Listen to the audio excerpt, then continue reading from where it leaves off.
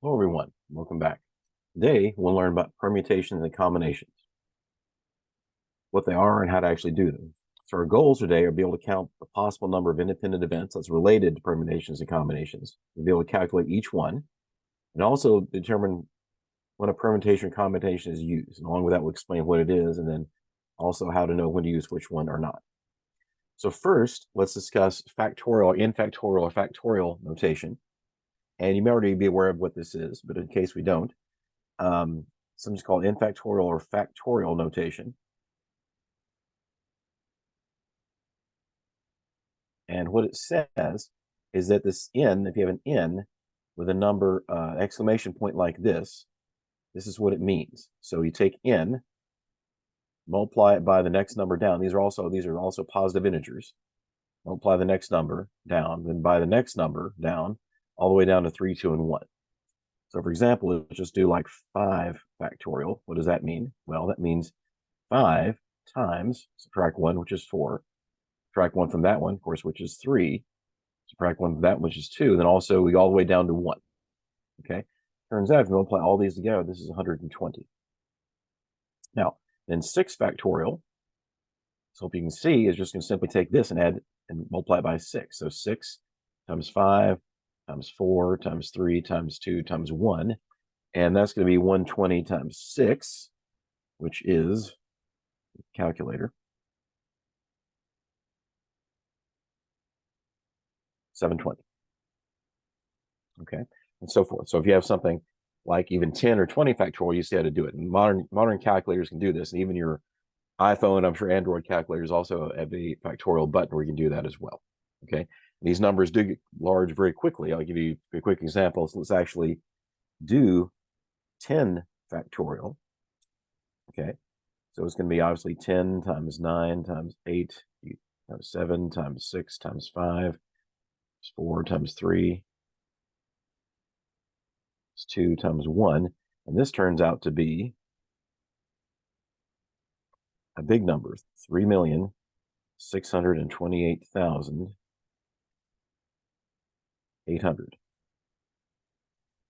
Okay, so these numbers grow very quickly. That's what factorial notation means.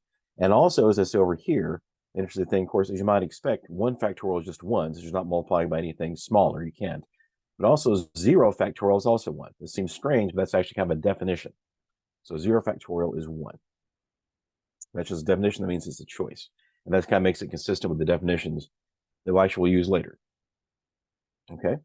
Now, next we talk about what's called the fundamental principle of counting.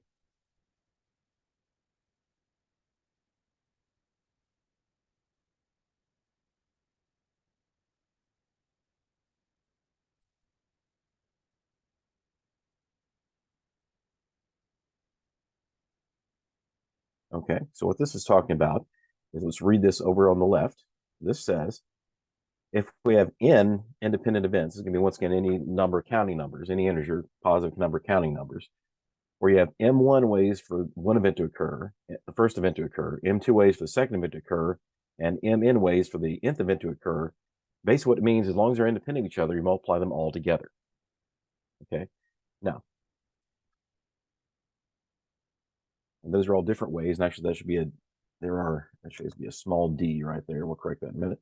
Different ways for all end events to occur. And once again, these have to be independent of each other, but it can work like this. So let's take a look at an example.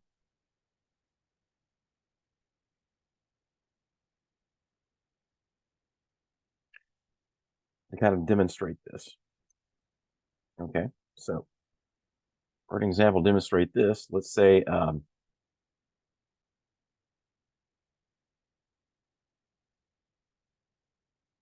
how many sandwich combinations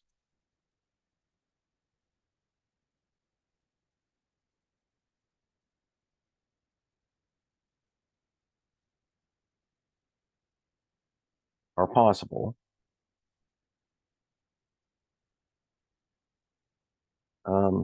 Oh crap, actually, hang on. I just realized I have to do something. So actually I need to pause the video, because actually I realized I just only have one essentially virtual page here. So give me just a minute, let me pause this and I'll fix that and I'll be right back. Okay, welcome back. Now let's take a look. All right, this fundamental principle of counting. So let's take a look. First, realize just saying the definition may make a lot of sense. So let's explain what this means. Okay. How many sandwich combinations are possible with two breads, two types of breads,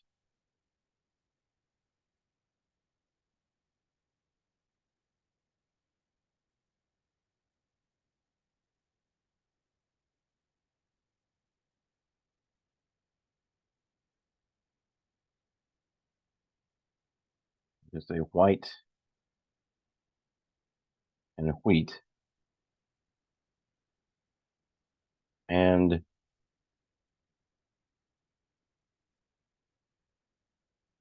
two types of meat.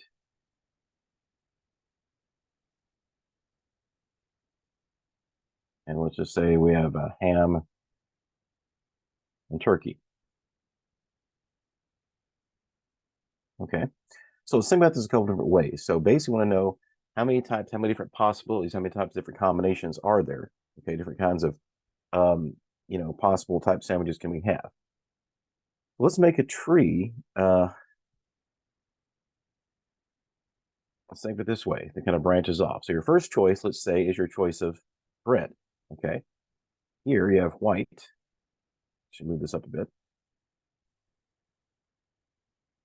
White bread. And here we have wheat. Okay. So that's going to be your first choice. Okay.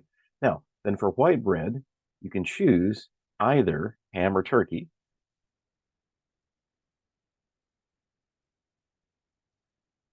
And then for wheat, you can also choose either ham or turkey.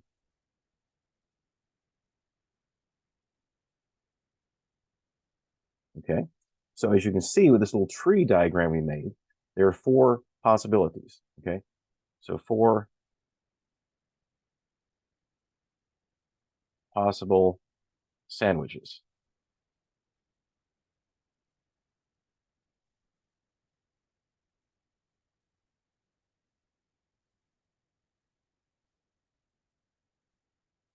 Realize I misspelled sandwich up here. Shouldn't have a D, I think. Okay, there are four possible ones. So you can have white bread with ham, white bread with turkey, or wheat bread with ham and wheat bread with turkey. Okay. Now, as you imagine, if you expanded the kind of operations like you'd have at a sandwich shop like a Subway or something like that, you might have different, say, with three varieties of bread. You have the third one up here, that would be the other branch. Then once again, with the same two meats, you'd have also ham and turkey. That we'd have six possibilities. So you get the idea. Okay. Now, so that's what I mean by counting. So these things are independent. The type of bread you have is independent of the type of ham or turkey or type of meat you have. They're both independent. So you can still, no matter which bread you pick, you can still pick either type of meat. They're independent of each other. So basically the way we counted that up is for counting, what this means is that the number of sandwiches, okay, using this formula we're talking about right here, okay, is basically you have two types of bread and then two types of meat, okay? So as we saw, multiply the two types of bread times the two types of meat, and that gives us four total possibilities.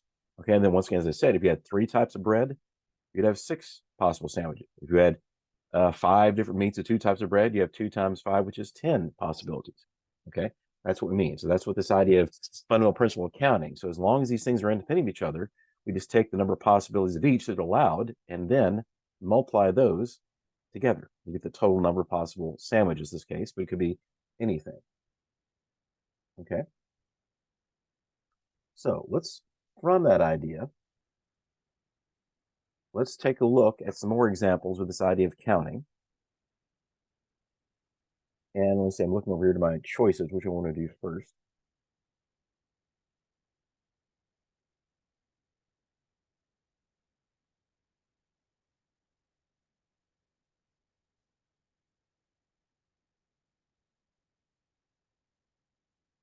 Okay, so Should we call this number 1? So number 2, let's try this.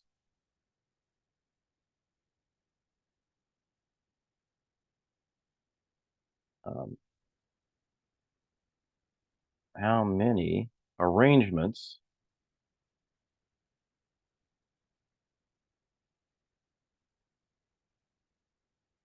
of 5 colors can you make?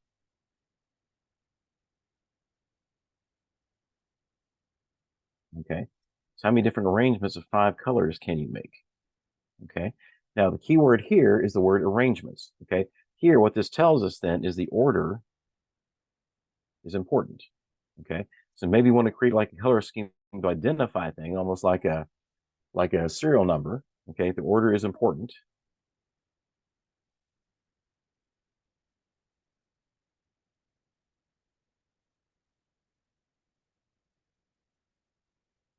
So, if we have an arrangement where we have red then blue or blue then red, those are different arrangements. Okay, the order is important. Let's think about this. Once again, these are independent of each other. And these colors are independent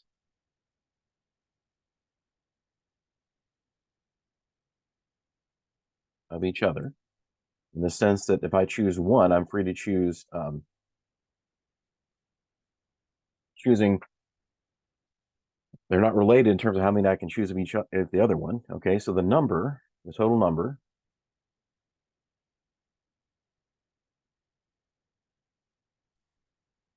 of arrangements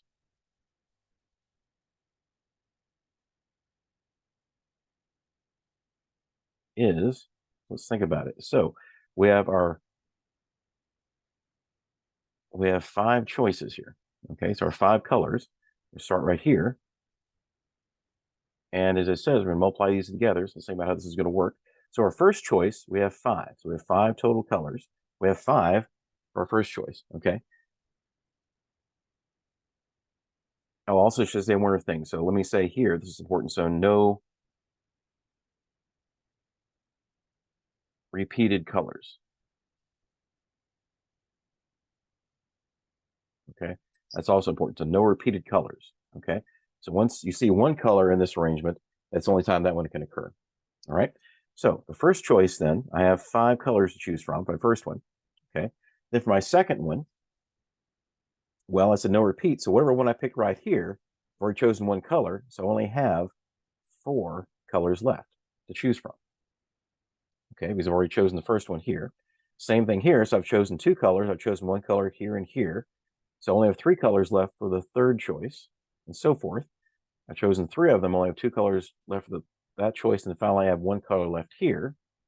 If you multiply these together, this turns out to be 120. So you have 120 different combinations.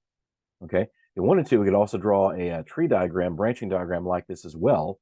Be a really big, but unfortunately, be a really big diagram because we have 120 possible outcomes. Okay. Now, what about say number 3? Let's repeat. Let's say here, number 3, same as number 2, same as the one we just did, except repeats or repeated colors are okay.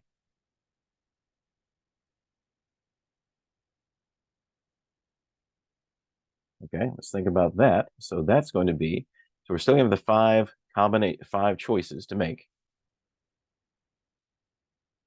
Still going to multiply them all together, but let's think about this.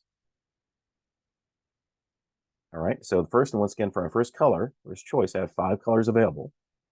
Okay, but my second one, once again, repeated, it's okay to repeat choices. It's okay to repeat to have that same color again.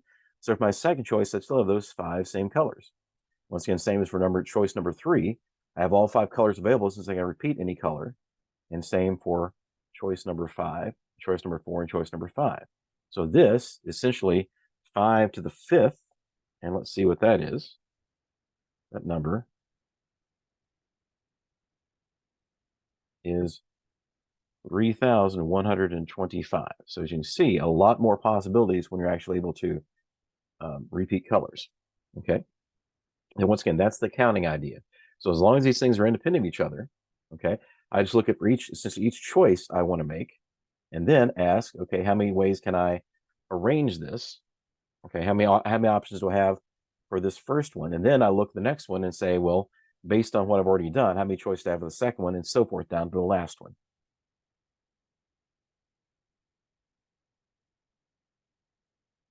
Okay. Now, also the word arrangement here is important because we'll see later on that implies something specific type of counting where we use the word arrangement. And once again, meaning that even I have all 5 colors together, how they're assorted in those ways, every way you can place them is a different arrangement. Okay. Now, let's take a look at another example. This is another example where this one's more involved. I'm actually going to actually take this one.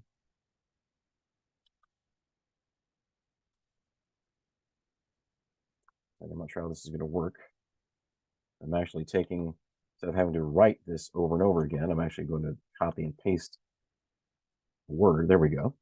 Okay. Now I realize it starts at number 1. We'll just have to live with that. So we're starting over at number 1. Okay. So this way I can avoid having to write a lot of words here. So let's kind of branch off a little more challenging example. Let's kind of think what we learned and use this idea. It's counting idea again. So this says, so think about 4-digit PIN numbers. You use those in like your debit cards, or a lot of times to sign on to websites or things like that. So how many different 4-digit PIN numbers can be created with the following conditions? Okay.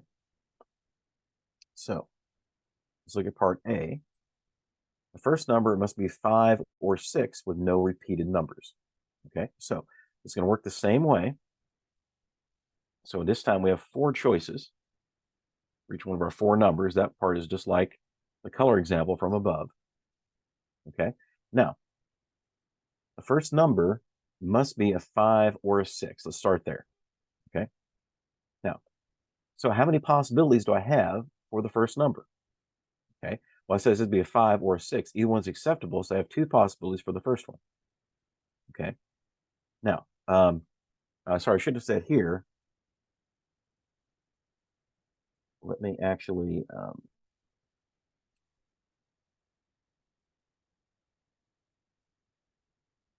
add something here, as I should have said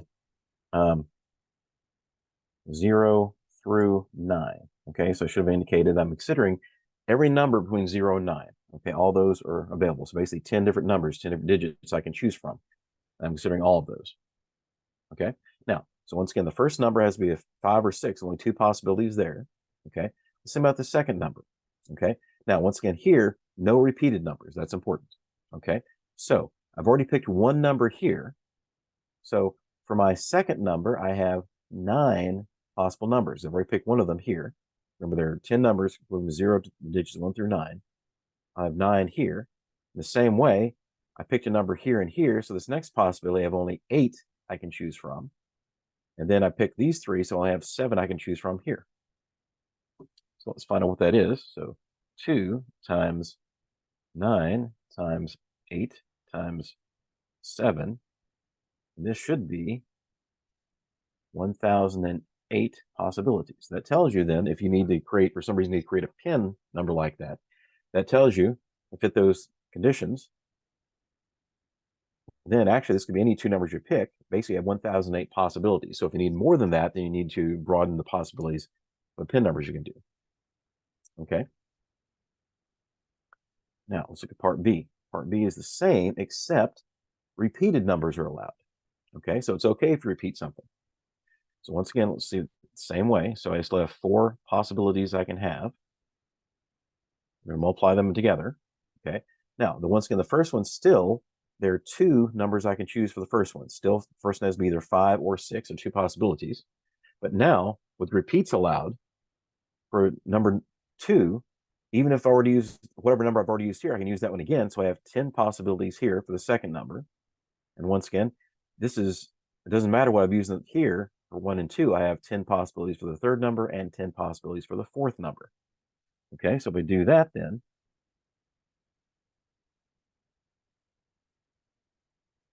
that is going to be actually 2,000 possibilities. As you can see, that gives us more possibilities. okay, to work with.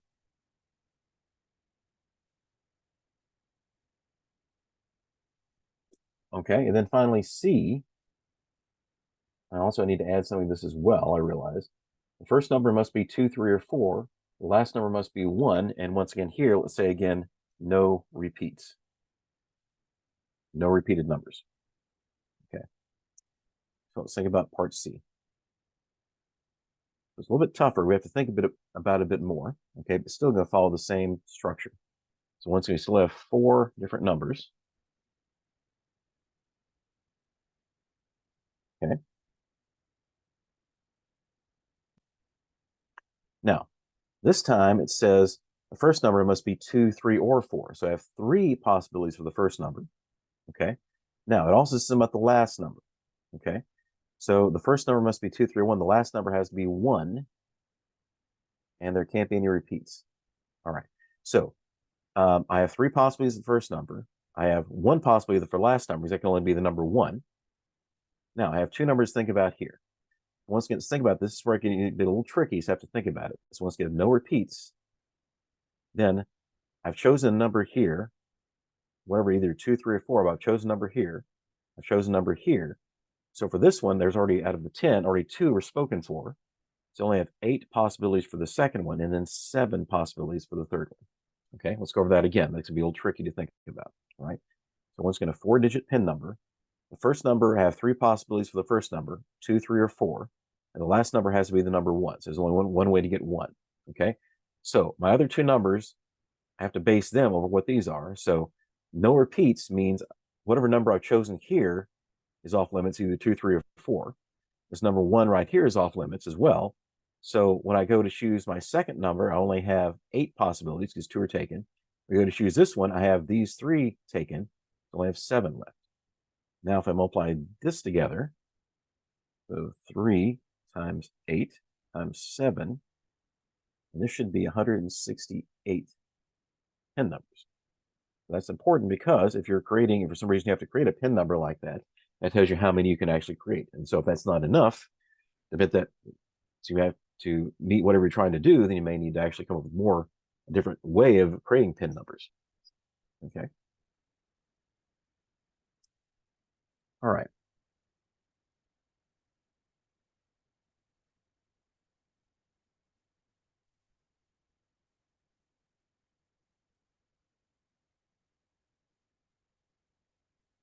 Now, that's the idea of counting. So next topic is going to be what are called permutations and combinations. We'll talk about those.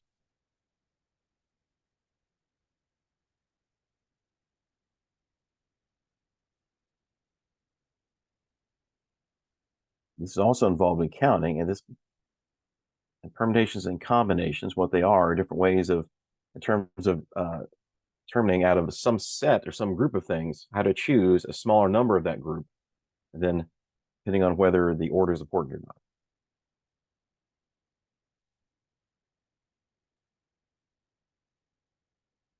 Okay, so let's take a look at this. Let's look over to the left. Let's explain what these are. So a permutation is the number of permutations or arrangements of n elements taken r at a time is given by this formula. So what that means, n taken r at a time, basically means that I have because some bigger number, I'm going to take some group of that number, and how many ways can I arrange them? Okay. First, before we do that, let's actually do this. Let's actually take a look at this question, this example. I'm just going to pick one so I don't have to do as much writing on the board, writing on paper or the virtual paper. Let's ask this question. Okay. How many arrangements of the numbers 1, 2, and 3 can you make choosing 2 at a time? Okay. As we'll see, this is a permutation. How many arrangements can you make of the numbers 1, 2, and 3 choosing 2 at a time? So I'm going to take those numbers 1, 2, and 3. I'm going to take 2 numbers at once, one time. How many different arrangements can I make? And here, the order is important. Okay. So this, as we'll see, is a permutation.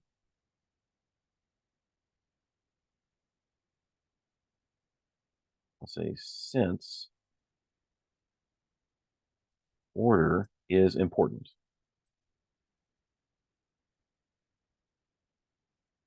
Okay, so if we arrange those, let's think about that. Numbers 1, 2, and 3. So I can make little groups of them, little sets of them. So I can do 1 and 2.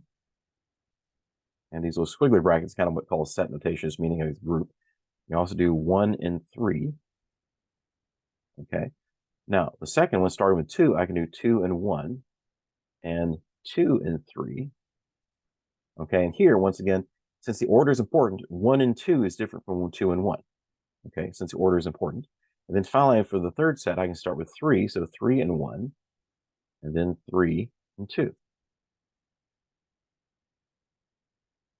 And once again, since the order is important, so I'm saying arrangement, the order is important. Okay, then I can do it this way. So 3, 2 is different from 2, 3. 3, 1 is different from 1, 3. Okay, now, as you can see, there are 6 possibilities. Okay, there are 6 possible ways of doing that, as we see. Okay, now, but what if I ask a slightly different question? Similar question, but different. Let's ask this question.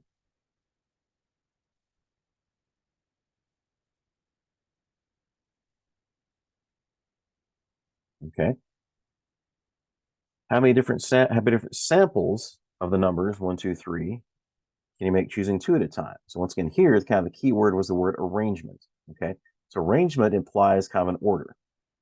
All right, if I say samples, that doesn't imply an order. So here, this is what's called a combination.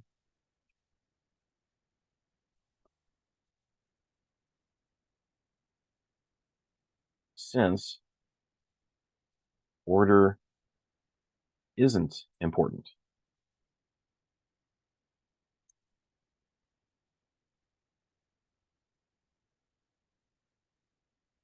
I just want 2 numbers at a time. I don't care what order they're in. Okay. So if you think about that, well, let's think about the possibilities. You could have 1 and 2, but of course, that's the same as 2, 1 in this case, right? Because I'm saying 1 and 2 is just as good as 2 and 1. All I want is just the numbers themselves. I don't care what order they're in. Okay. Then also, I could have 1, 3, and that's the same as 3, 1. Once again, the order not important. And then finally, I can have 2, 3, and that's the same as 3, 2, or the order not important. Okay, so here I have 3 possibilities.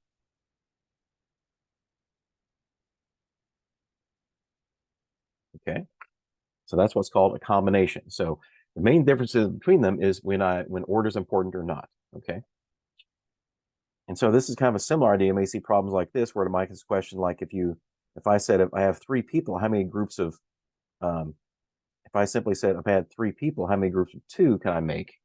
That would be like a combination.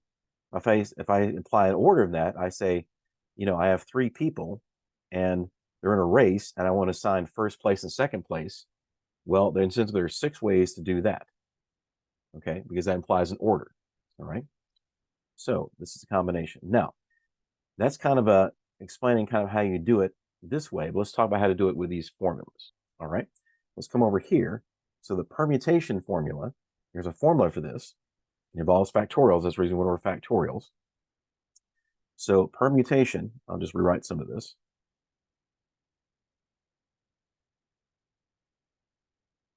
Okay, we can write it as NPR. So once again, N's the total number, R is number of choosing. And also written this way, the notation is P, N choose R. And once again, the formula says we have N factorial over N minus R factorial. Okay. And then the combination, once again, here, order, repeat this, order is important.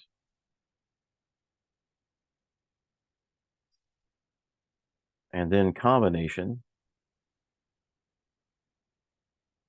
Combinations also are important in something called the binomial expansion or binomial theorem. You have seen that before. And combinations have this notation. So you use C instead of P. And hang on. Yeah, we're still recording. So my computer just said something weird. What just happened? There we go. Okay, good.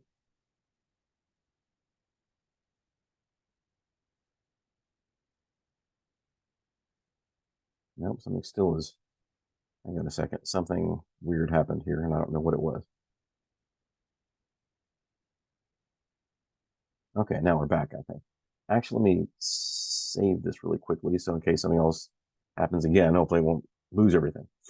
Okay, so combination, similar, okay, can also be written using a C. So we say C of N choose R. Can also be written in this notation here of N over R. And then it's a similar formula, but it's a bit different, okay?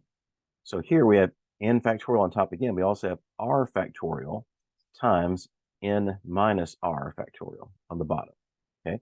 So it's the same as this, except we have another R factorial down here. It's because, as you can imagine, as we saw here, for a given N and R, you have more permutations than combinations since order is important, okay? Since in this case, if with a permutation, if the order is important, 1 and 2 is different from 2 and 1. If it's not, they're the same. So we have more permutations than combinations, everything else being the same, okay? And once again here, order is not important.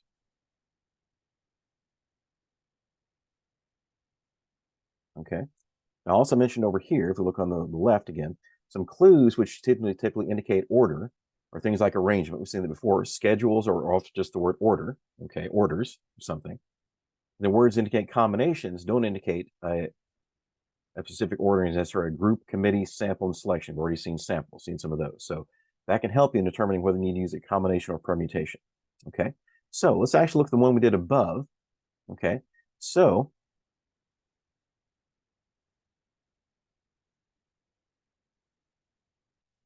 some of the previous examples.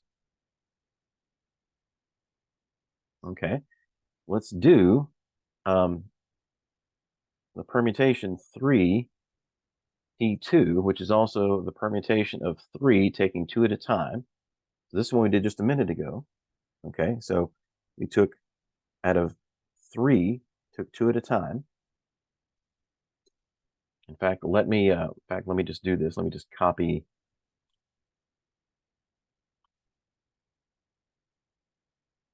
this again. Or better to do that.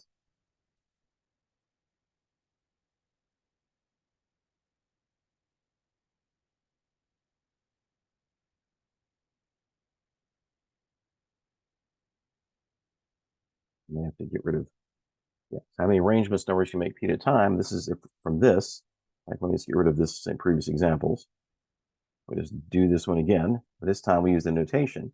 So what that means, I'm going to have 3 factorial over 3 minus 2 factorial.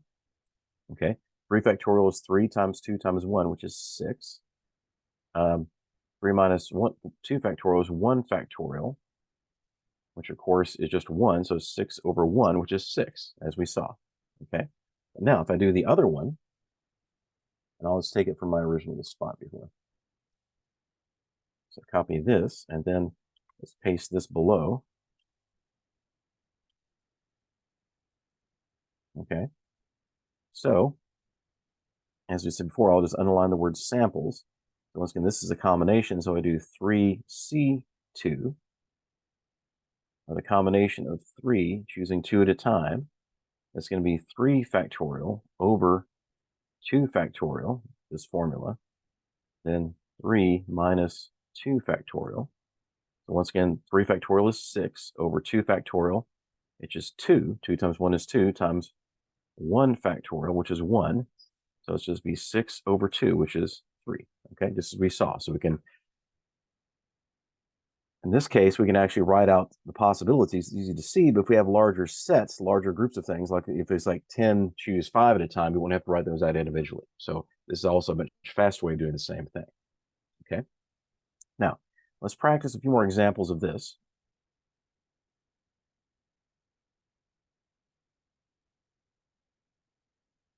Examples. So I'll just say find. Let's do a few more combinations. All right, so number 1, let's do, say, this. P 5, 2. Okay, so 5, 2, this means can also be written as 5p2. Okay, what this means, I take out of 5 possibilities, I'm going to choose 2 at a time. Okay, and so once again, I'm going to have 5 factorial over 5 minus 2 factorial using this formula here. And so that's going to be 5 factorial over 3 factorial. Said a while ago that 5 factorial is 120 over 3 factorial, which is 3, and 3 divided by 120 is 40. So we have 40 possibilities. That's a good example. Instead of doing 3, choose 2, if we did 5, choose 2, you get a 40 possibilities. You won't have to write all those out. It's much better to use this formula to find that instead of looking at each individual possibility.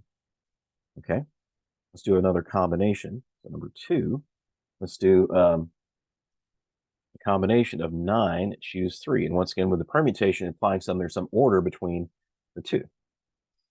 Okay. So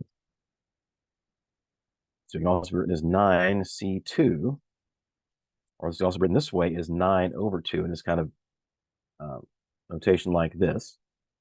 All right, so once again, what this is 9 on top, 9 factorial. Down here we have 2 factorial times 9 minus 2 factorial. And so that's 9 factorial over 2 factorial times 7 factorial. Okay, now these are pretty big numbers to deal with, as we'll see. So let's try that. So if you have a calculator, you find the factorial button on your calculator. So 9 factorial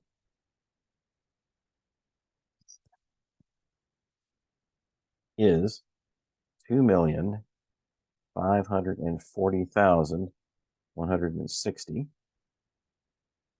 Okay, that's divided by, of course, 2 factorial is just 2, and then 7 factorial is 5,040. 5,040. Okay, now let's divide that. So 2,540,160 divided by 1,000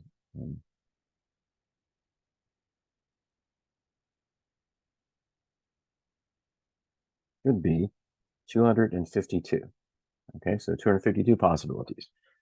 Okay, so you have 9 possible things, like maybe 9 people, and you're choosing 3 at a time. You don't care about the order.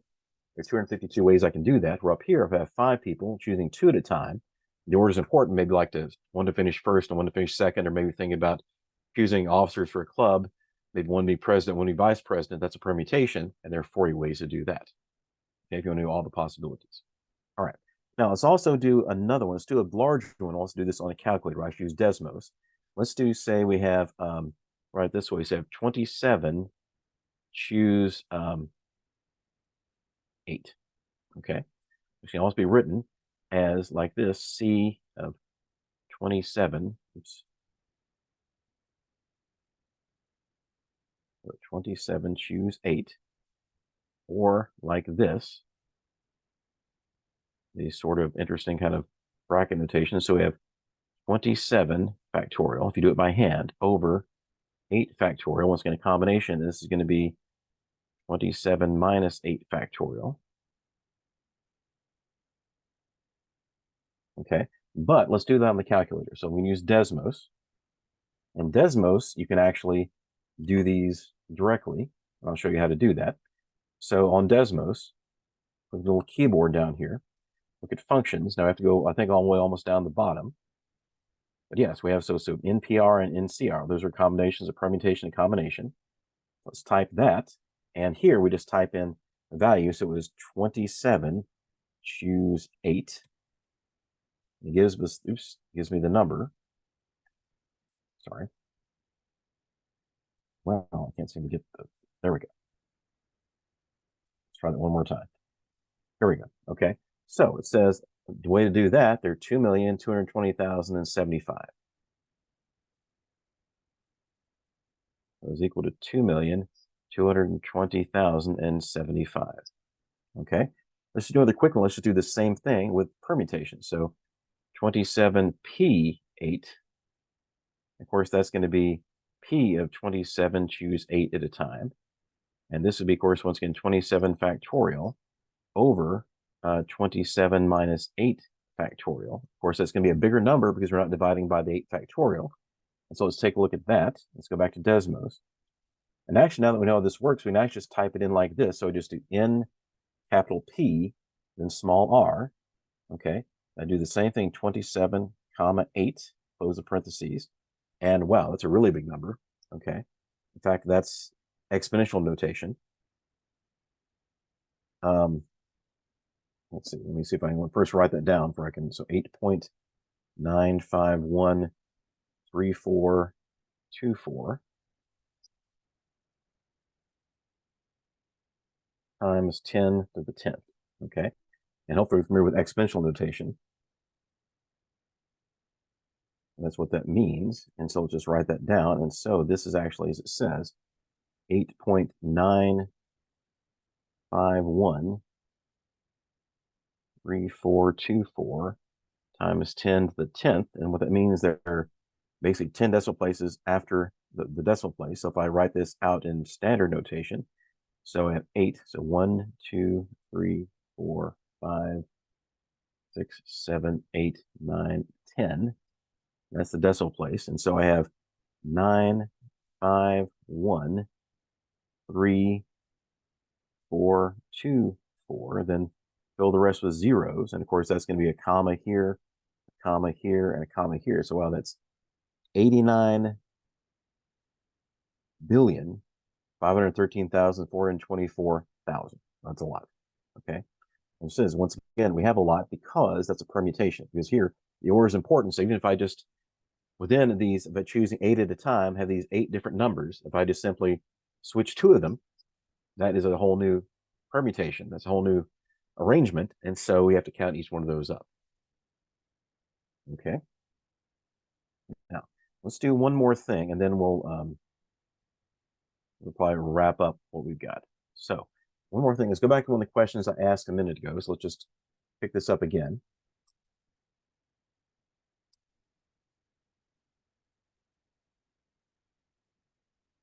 So go back to one of our original problems to show I can actually use a permutation or combination to do this. So previous examples, okay, we saw this one before and put 2 again, but that's okay. Just ignore the 2. We won't do all of them. Let's just do part, that is part D. But that's okay. We'll ignore that.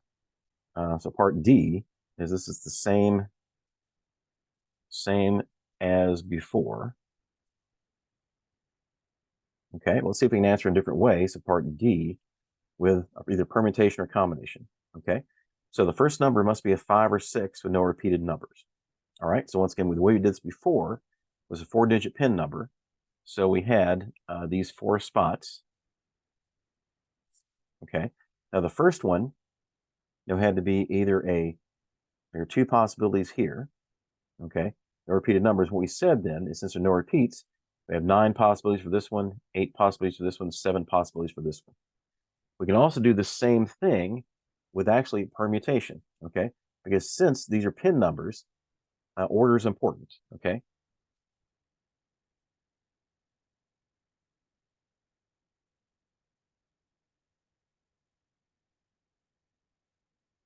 So this is a permutation of a type. Although we can't use the formula exactly as it is, I'll explain why, okay? So what this is going to be for my first 2, okay? So the first number, see, I just want to explain this part. So for my first number, I was going to have a 2. This is actually going to be equal to 2 times, and then I have the permutation of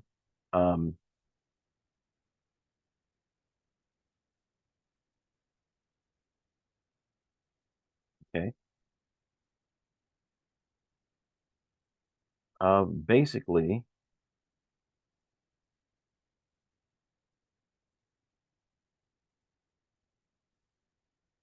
actually I need to, excuse me, I need to stop the recording as I need to double check something real quickly. Be right back. All right, I was back. Just had to double check something. We can think of this as here.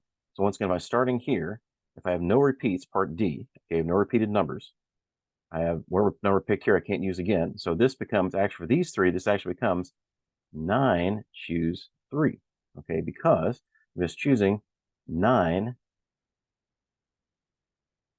Because basically the first one's going to have 9 choices, then 8, and then 7. So this becomes 9, choose 3.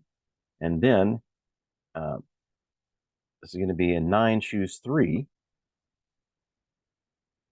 We go back and look at Desmos. I actually already did that one. Permutation of 9, choose 3 is 504. Okay, so that's 2 times 504. Well, that's going to be equal to the same thing we had before.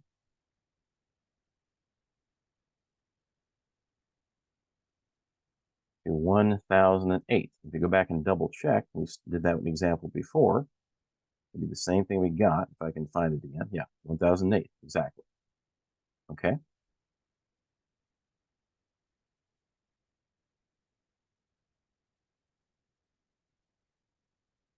All right. Let's do one more example, and then we'll probably wrap this up then.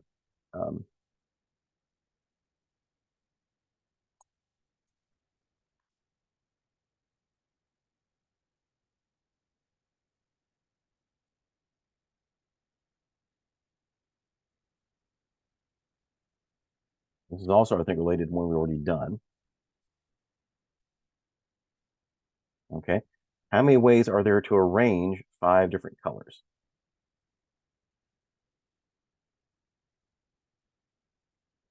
So I think we're dealing with the colors. We're having different ways to arrange 5 different colors. So the word arrange here indicates that the order is important. Okay. And so this implies this is a permutation. Okay. And so this is equal to basically here, when we think about this, is we're arranging these 5 different colors. And so this is going to actually be 5, permutation of 5 with 5. Okay. Because we're taking 5, we're also choosing 5 at a time. We can do that as well. We can also write this as P of 5, choose 5. And that's going to be 5 factorial over permutation formula, 5 minus 5 factorial, okay, which is 5 factorial over 0 factorial. We said 0 factorial is defined, the back of that defined to be 1. That's why it is defined that way. You kind of make the formulas work.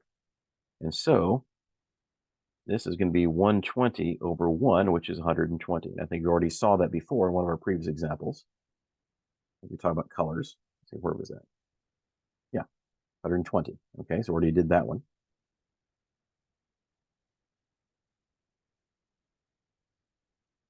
So they're 120. We can do that. Now, let me ask a slightly different question.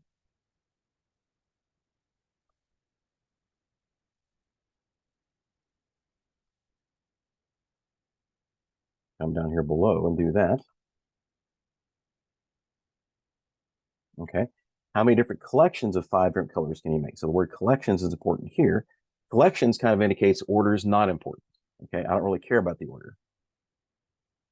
So the first one, I said, I mean, ways to arrange 5 different colors. If I do blue, then red, then green, then black, then orange, if those are my 5, the way I put those in order is each way I switch them around is different order. Here, if I just say what the collections of those, order is not important. Okay. This implies a combination. It's going to be the same idea. So I'm going to do a combination of 5, choose 5. Let's see what that looks like. Okay. Well, it's going to use the combination formula. So it's going to be 5 factorial over r, which is also 5 factorial. Then 5 minus 5 factorial, n minus r factorial. So I have 5 factorial over 5 factorial times 0 factorial. And of course, that's just going to be 120 over 120 times 1. And that's just 1. And if you think about it, that makes sense because you take this group of 5 colors. If I just say how many collections of those, if I take all 5 at a time, there's only one collection of those 5 different colors. I don't care what order they are. Now, if I care about an arrangement, that's different. If I just want a collection of 5 different colors, then there's only one way to do that, of taking all 5 at the same time. Okay, so let's see what we've learned. Let's kind of back up and discuss what we've learned today. So we learned basically about, if you haven't familiar with factorials, and what factorial is and how that works. We're talking about the fundamental principle of counting, where if you have independent events, And counting them up, and there are different ways, different number of options, the ways to do each different event. You basically multiply all those together to get the total number of possible events. Okay. Now, if the order is important, you're doing a permutation. And basically, if words have words like arrangements, schedules, orders, indicating anything implying an order to those, that's when you use a permutation. Or is not important, use a combination to find the number of events there. So those are the basics of permutations and combinations. Thank you. Have a good day.